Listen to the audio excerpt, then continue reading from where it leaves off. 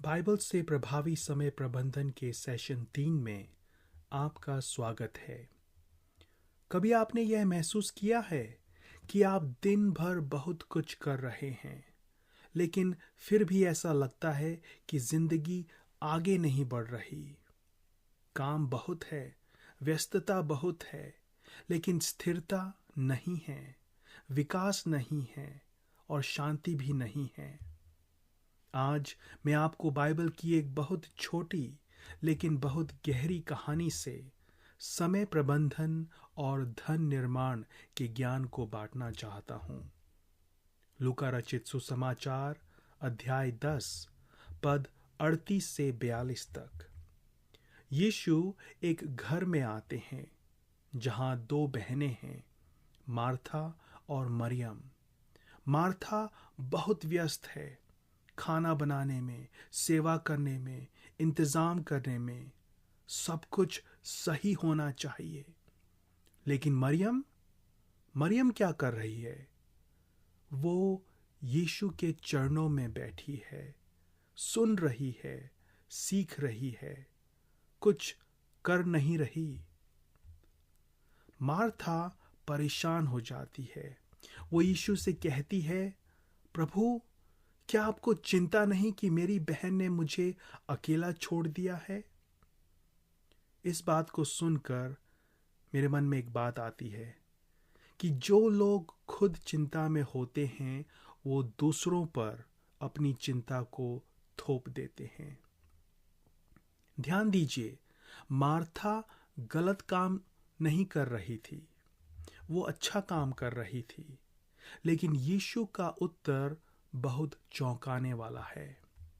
यीशु कहते हैं, Martha Martha, तू बहुत सी बातों के लिए चिंतित और व्याकुल है, पर एक ही बात आवश्यक है। मरियम ने अच्छा भाग चुन लिया है और वो उससे छीना नहीं जाएगा। यीशु ये नहीं कहते कि मार्था का काम गलत है।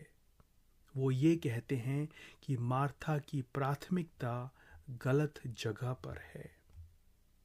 समय प्रबंधन की पहली सीख: व्यस्त होना मूल्य को पैदा करना नहीं है। व्यस्त होना मूल्य को पैदा करना नहीं है। आप और मैं दिन भर काम कर सकते हैं और फिर भी कुछ ऐसा न बना पाएं जो कल भी आपके लिए या अपने लिए काम करे।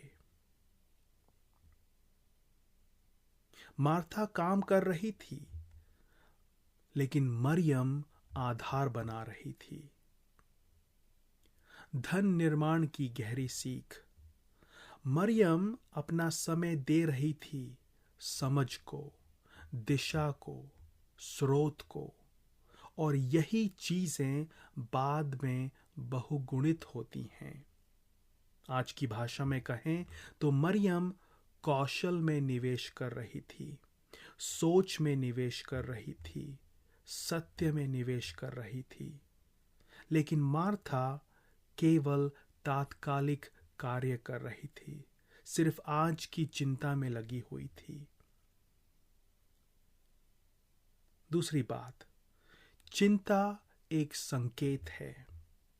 यीशु एक बात साफ जोड़ते हैं, मार्था की व्यस्तता उसकी चिंता से जुड़ी हुई थी। इससे क्या सीखते हैं हम? जब समय बिखरा होता है तो मन बेचैन होता है, और बेचैनी में हम कभी भी दीर्घकालिक संपत्ति नहीं बना पाते। असली धन कहाँ से बनता है? धन केवल ज्यादा काम से नहीं बनता। धन बनता है सही सोच से, सही प्राथमिकता से और सही समय पर सही काम से। मरियम का समय वो बीज था, लेकिन मार्था का समय केवल खर्च।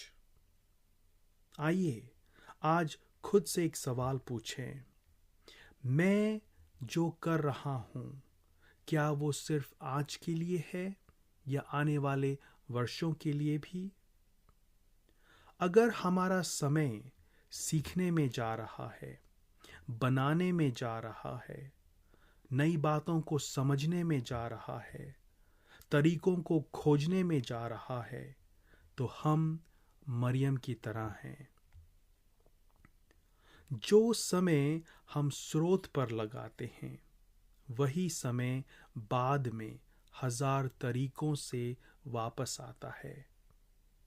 मरियम ने तो अच्छे भाग को चुन लिया, लेकिन आप और मैं किस बात को चुनेंगे? अगर यह वीडियो आपको सोचने पर मजबूर करे तो इसे दूसरों के साथ बांटिए, और अगर आप ऐसे और संदेश चाहते हैं तो चैनल को सब्सक्राइब कीजिए। धन्यवाद।